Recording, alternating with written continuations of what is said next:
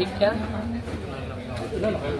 merasa sangat kehilangan dan kaget karena saya tahu beliau sehat, karena setiap kali menelpon saya selalu menanyakan kondisi beliau, bagaimana Abu sehat, dan dia bercerita ya alhamdulillah saya lancar beribadah, bahkan semasa di Madinah arba'innya pun saya lengkap kata dia.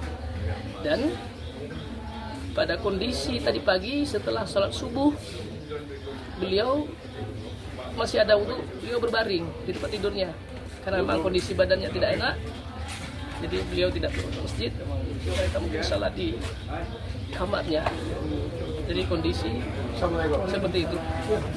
Jadi kami sekeluarga kaget. Berarti rencananya tadi pagi Abu memang mau ke masjid setelah ambil wudhu ya? Iya. Amin memang Ya, ada tapi karena keluhan. kondisinya kurang nyaman, menurut cerita kakak tadi istrinya ke saya, sehingga beliau putuskan untuk sholat di kamar.